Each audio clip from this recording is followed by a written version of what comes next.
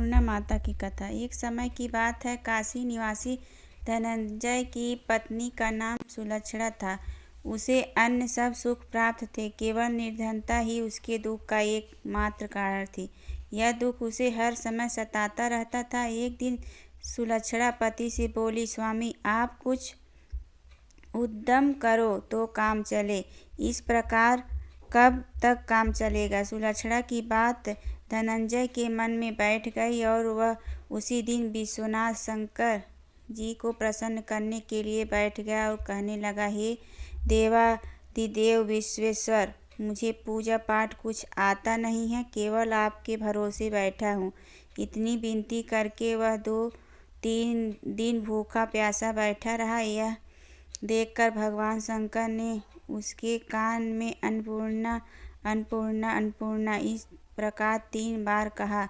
यह कौन क्या कह गया। इसी सोच में धनंजय पड़ गया कि मंदिर से आते ब्राह्मणों को देखकर पूछने लगा, पंडित जी अन्नपूर्णा कौन है।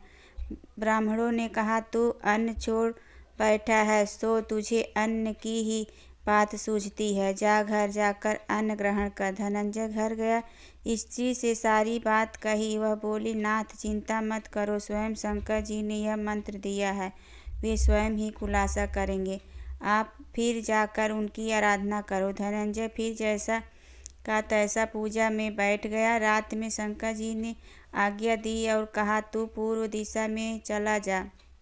वह अन्नपूर्णा का नाम जपता जाता और रास्ते में फल खाता, झरनों का पानी पीता जाता। इस प्रकार कितने ही दिनों तक चलता गया। वहाँ उसे चांदी सी चमकती वन की शोभा देखने में आई, सुंदर सरोवर देखने में, या उसके किनारे कितनी ही अप्सराएं झुंड बनाए बैठी थी।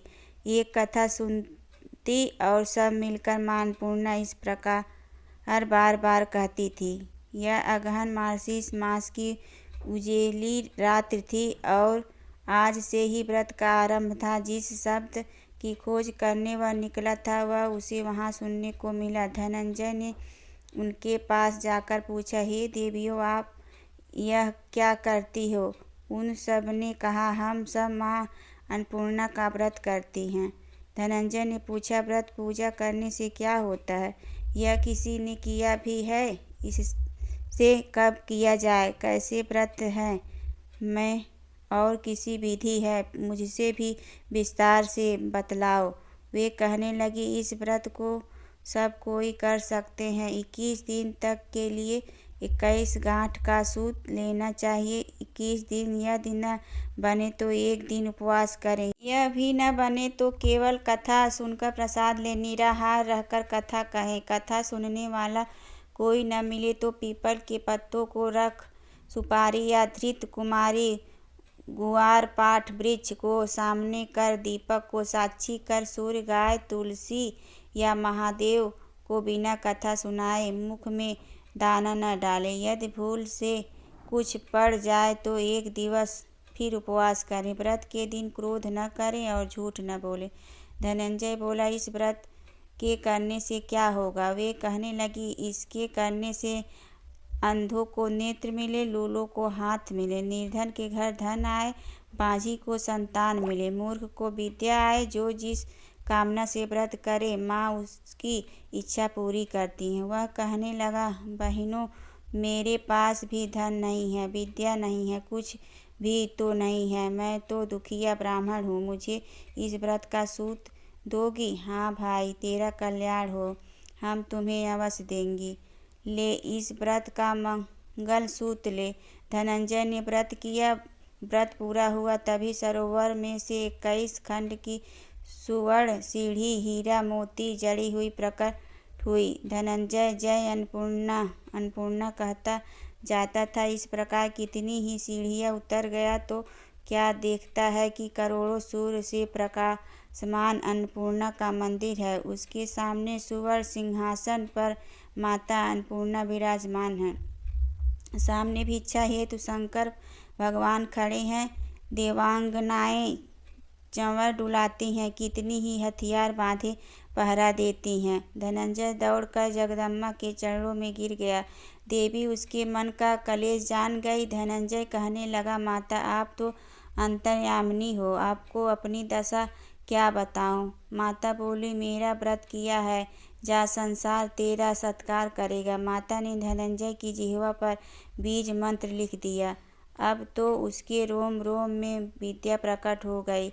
इतने में क्या देखता है कि वह काशी विश्वनाथ के मंदिर में खड़ा है। माँ का वरदान ले धनंजय घर आया। सुलक्षणा से सब बात कही। माता जी की कृपा से उसके घर में संपत्ति उमड़ने लगी। छोटा सा घर बहुत बड़ा गिना जाने लगा। जैसे शहद के छत्ते में मक्खियाँ जमा होती हैं, उसी प्रकार अनेक सगे संबंधी आकर उसकी बड़ाई करने लगे। कहने लगे, इतना धन और इतना बड़ा घर, सुंदर संतान नहीं तो इस कमाई का कौन भोग करेगा। सुलक्षणा से संतान नहीं है, इसलिए तुम दूसरा विवाह करो। अनिच्छा होते हुए भी धनंजय को दूसरा विवाह करना पड़ा और सती सुलक्षणा को सौत का दुख उठाना पड़ा। इस प्रकार दिन बीतते गए। फिर अगहन मास आया। नए बंधन से बंधे पति से सुलक्षणा ने कहलाया कि हम व्रत के प्रभाव से सुखी हुए हैं, इस कारण यह व्रत छोड़ना नहीं चाहिए। यह माता जी का प्रताप है जो हम इतने संपन्न और सुखी हैं। सुलक्षणा की बात सुन धनंजय उसके यहाँ आया और व्रत में बैठ गया।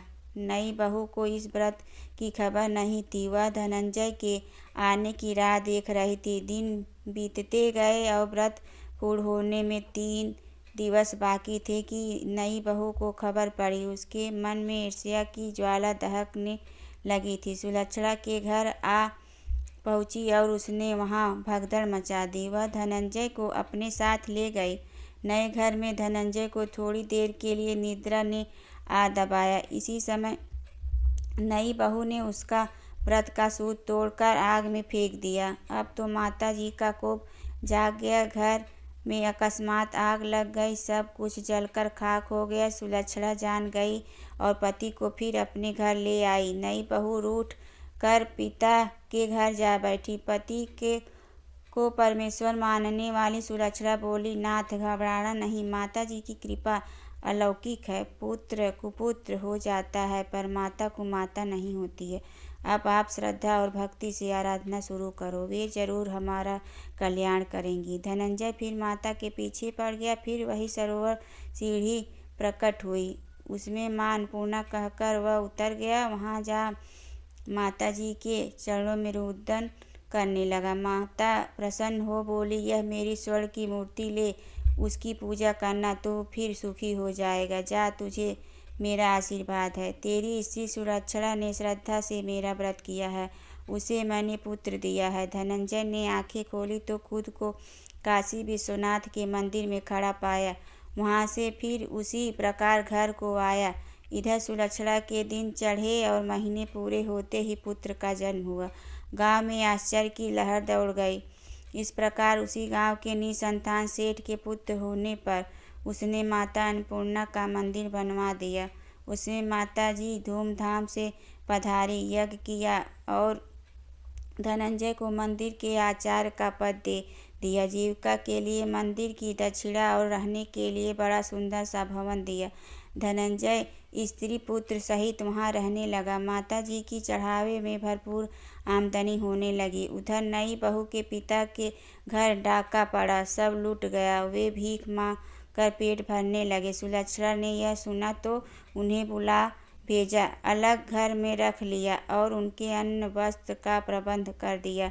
धनंजय, सुलक्षणा और उसका पुत्र माता जी की कृपा से आनंद से रहने लगे। माता जी ने जैसे इनके भंडार भरे वैसे सबके भंडार भरे। बोलो अन्नपूर्णा माता की जय।